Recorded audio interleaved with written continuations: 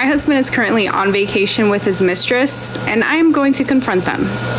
So last month, I actually found out that my husband was using his work trips as an excuse to leave and go cheat with one of his married coworkers who lives across the country.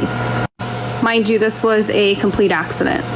How was it an accident? He sent screenshots of purchases that he made for our children, and on the bottom of that screenshot was an order that was actually delivered to this woman. So the concerned wife and me looked everything up. I wanted to see if I can find any sort of evidence, and I ended up finding out that the November trip was actually a romantic getaway, and the one that they're currently on is a luxurious vacation with like couples massages, couples cooking, everything, all the works. He's paying for it with our money. This man was so sweet that he actually mailed this girl gifts for Christmas. Very, very sweet. But then he also purchased sexy lingerie. He sent her money on Venmo, and now he's planning a trip in January. Isn't that very romantic? Because it's all coming out of both of our pockets. At this point, who wouldn't be furious? Who wouldn't be pissed the fuck off?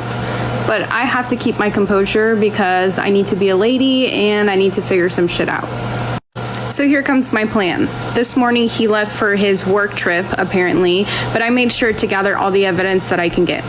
All the reservations, confirmations, text messages, everything about the affair. I gathered every piece of information. I decided to write a 10-page letter to this man about all the information, all the evidence and everything. I put it inside of an envelope and I taped it to the lining of his suitcase. At the moment, I am just waiting for both of them to check in because yes, I do know the reservation time, okay? I know when they're supposed to check in, obviously. And I am going to send a group text message to him and the mistress, wishing them the best of luck and how I need a divorce and hopefully they're able to enjoy their trip.